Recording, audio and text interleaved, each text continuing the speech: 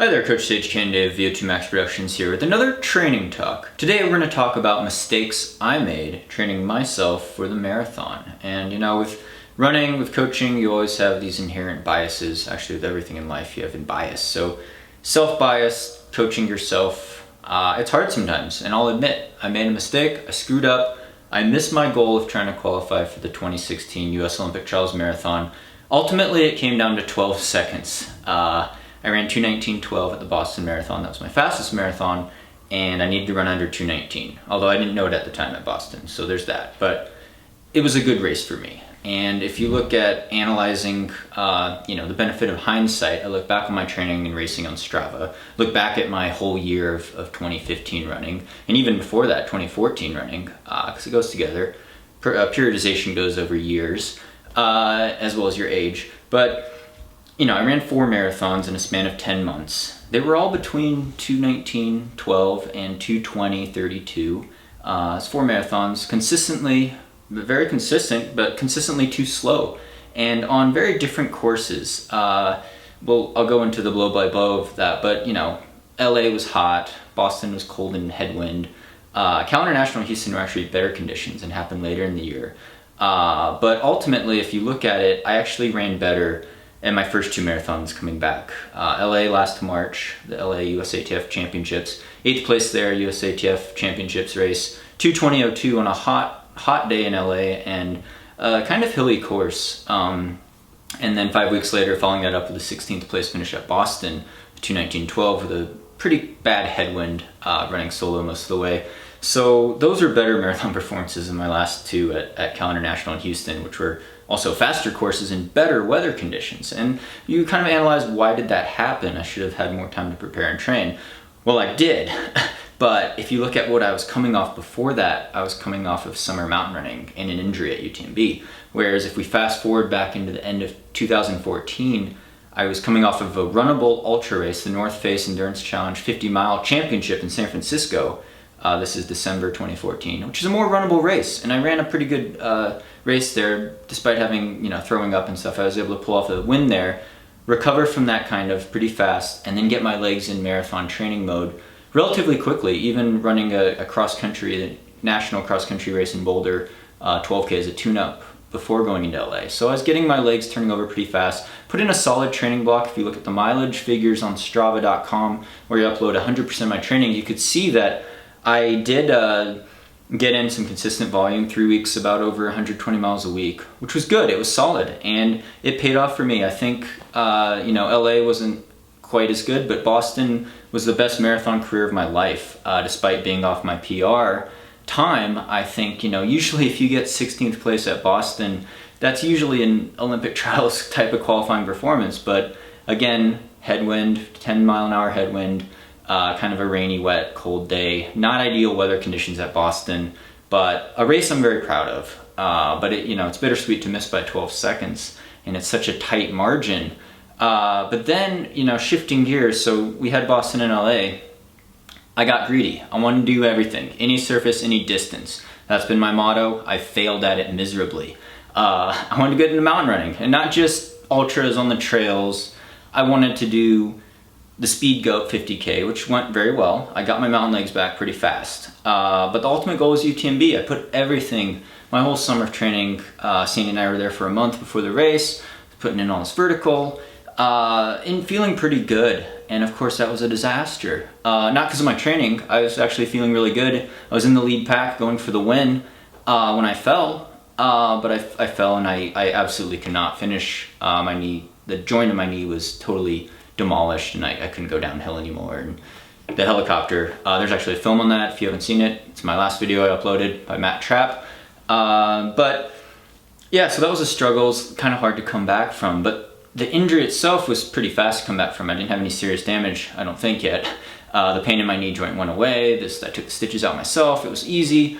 And then I'm like, okay, I'm gonna get into road marathon shape. Well, coming from the mountain legs to the flat speed road legs is harder, at least for someone like me. And I'm not the speediest type of guy. A lot of these Olympic trials qualifier marathon guys, most guys actually did it in the half marathon. A lot of these like 103, 104 half marathon types, they're super speedy. Even a guy like Dave Laney, I think's run about a 14 flat 5K. So they, you know, have the leg turnover, they get that back. Whereas I'm one of those guys that needs to do a lot of speed work, and I think the problem I made going into Cal, I said I overtrained, which I did, but I'll get to that in a bit. In Houston, which was right after Cal, 6 weeks turnaround, not ideal at all, and I knew that. I overtrained in some regard, but I mostly undertrained in terms of specificity. And specificity of getting my speed back, and also just in sheer mileage aerobic base, I kind of underestimated the marathon. You get biased doing ultras. You're like, I'm just gonna do a marathon, just moving down.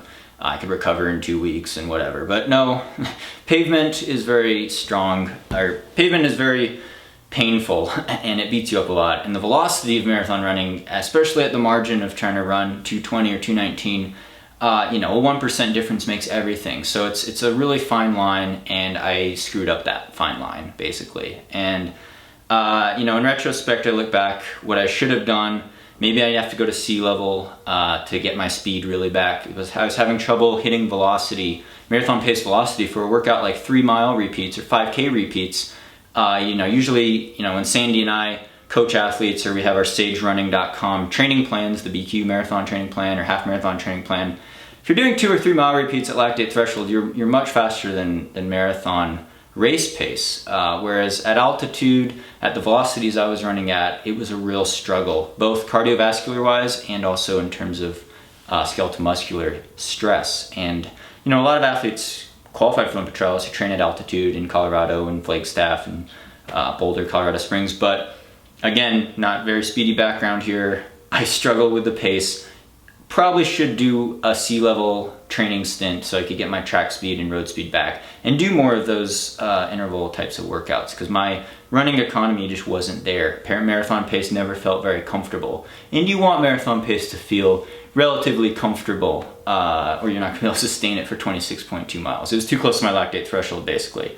I was running at a really high heart rate at Cal International in Houston, and LA and Boston for that matter, but really struggled getting my flat speed running economy back. And partly it's because I was slogging around in the mountains all summer, and I wanted to rush the process. In reality, in retrospect, when I try to qualify for the 2020 trials, Olympic trials, which is still a goal, I need to give myself like a whole year to work on my speed. At least 6 months. Well, I was trying to do it in 2 or 3 months. I was trying to do mountain ultra, then in 2 or 3 months I was trying to do road marathon.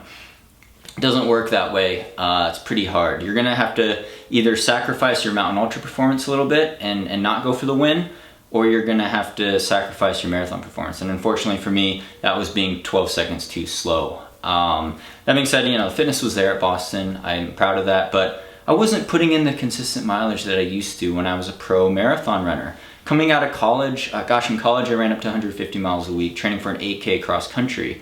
And then after college, running for Hanson's Brooks, when I ran my marathon PR of 2:16:52, it was a great day on a fast course, San Diego rock and roll, but I was putting in 120 miles a week for like 2 months straight, 130 miles a week, 140 miles a week, with a lot of speed work at sea level. Sometimes I overtrained, but that kind of strength really pays off, and getting in that huge aerobic base makes your legs so strong and gets your system so efficient that you could really pull out the best marathon performance. Whereas in retrospect, you look at my Strava training, had a couple weeks over 120, but then I was closer to 100 miles a week and not really averaging a whole lot. Even for the whole year, if you look at my year training, put in about 4,200 mile of running for the year of 2015. It's about 80 miles a week average, including time off. Pretty good, but not good compared to what I used to do in the past. I've put in 4,700 mile years of training before. I've averaged closer to 90 miles a week. Coming out of college, my first 5 years out of college, I'd probably average about 90 miles a week, including all time off. So that's the kind of consistent base that you know, it's all relative to your training. If you're running 20 miles a week, you know, how much better are you gonna be running 30 or 40 miles a week? That's kind of the question you need to ask yourself. And for me, it's, you know, I can't run an Olympic trials qualifying time off of 90 miles a week. I'm not that talented. I probably have to run 120 to 130 miles a week. And what it ultimately came down to was I just didn't have enough time after the UTMB injury to really get my legs back. But also I've always had this internal dialogue in my head, whereas I'm afraid of overtraining. I'm afraid of getting a stress fracture.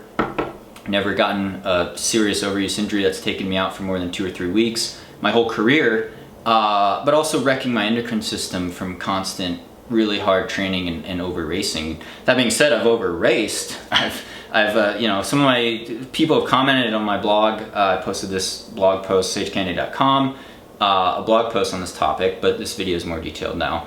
I'll combine them both together, and this will be part of the podcast as well. But basically, I want to be a lifelong runner. I want to have a competitive career for at least 5 more years to really be at the top of my game. But I want to push the envelope, so it's a tough balance. And it's a balance between not wrecking your skeletal muscular system, not falling and hurting yourself, not wrecking your endocrine system, not messing up your hormone levels, things like that. So you do have to be careful. And so I'm always kind of more on the cautious side. And maybe that's why I don't do the 120, 130 miles a week. But I think in the future, to get that leg strength and to reach that next level, I am gonna have to do that. And if you look at my Strava, you could see that. I was training 12 to 14 hours a week most weeks, when in reality I need to train 15 to 17 hours a week. That's how it is. It's not that I'm lazy, maybe I am. I like making videos and spending time on my computer a lot during the day. I do have the luxury of being able to train, and so it's something I really want to exploit and take advantage of, and I feel like it would be a disservice not to, given the opportunities that I've had in the sport. And it's something that excites me, it's something I find flow in, it's something that really motivates me, and this failure has really motivated me. So wrapping it up, this is a really long talk. I want to get back to mountain ultra trail running. I want to throw myself in full force. I want to do the most competitive 100-mile races, ultra races. I want to do the technical sky running races. I want to do the mountain races that really challenge me, any surface, any distance. Next up, I'm going to jump in the Black Canyon 100K this weekend outside of Phoenix, Arizona. It goes against everything I just said, because I was all about taking periodization, taking a rest, taking a break, having a long build up. I know that. I'm not following my own sage advice, but I want to get a Western States auto qualifier golden ticket, and this is one of the only ways to do it. So it could be really risky. I could totally blow a gasket. I might not make it 100K. I don't know. I haven't done a training run that long for a long time. I've only been jogging around 50, 60 miles a week the last couple weeks, barely running on the trails at all. It's cold and snowy here in Boulder. It's going to be hot and dry there in Phoenix. But I'm gonna go for it anyway, and regardless of what happens this weekend, I'm gonna have to take a pretty long sustained break after this, hit the reset button, build a gigantic base, and hopefully take that base into a summer 100-miler, be it Western States or some other really competitive races that I want to do. But it all kind of depends on what I could qualify for and how that goes. But again, any surface, any distance, I totally failed in that motto this past year, and it's because I rushed the process. I got greedy. I learned a lot about my body and how I adapt, I think, because it's a continual learning process. And even after doing this sport for 16 years year-round, things are always changing. You're learning new things about yourself, about your competitors, about training methods, and you're always trying to push the envelope to improve and progress, hopefully, but stay healthy at the same time. So it's a constant challenge. I think that's why I really love doing this, and I love making videos. Can't thank you guys enough for all your support on Patreon. Got more special training talks, exclusive training talks on there for the certain threshold levels, as well as your training talk question of the month at the highest threshold level. I really couldn't do this without you guys. I'm living the dream. I've been very, very fortunate, and I really owe that all to the running community and to you guys, essentially, because I wouldn't be a sponsored runner if it wasn't for you guys and the companies that sponsor me. But I really do appreciate all the tremendous feedback and support on here. I've just been really blown away. So thank you so much, guys. If you've listened to this whole training talk rant, hopefully I'll continue with the more training talks on here, as well as I got some new camera gear. I got a new GoPro. I was able to upgrade from the Hero 3 to the Hero 4 now, so hopefully you'll see some great epic trail running shots. I'm going to try to really up my game with editing and filming. Some adventures maybe from around the world coming at you this spring and summer, depending on where I get to go. I really want to capture that on film and to just get more creative with the videos. So feel free to comment below with future training talk topics. Let me know how your running's going. Again, I can't get to all the comments, but I do read most of them, so thank you very much. Hope your running's going well, and stay tuned for more VO2 Max Productions.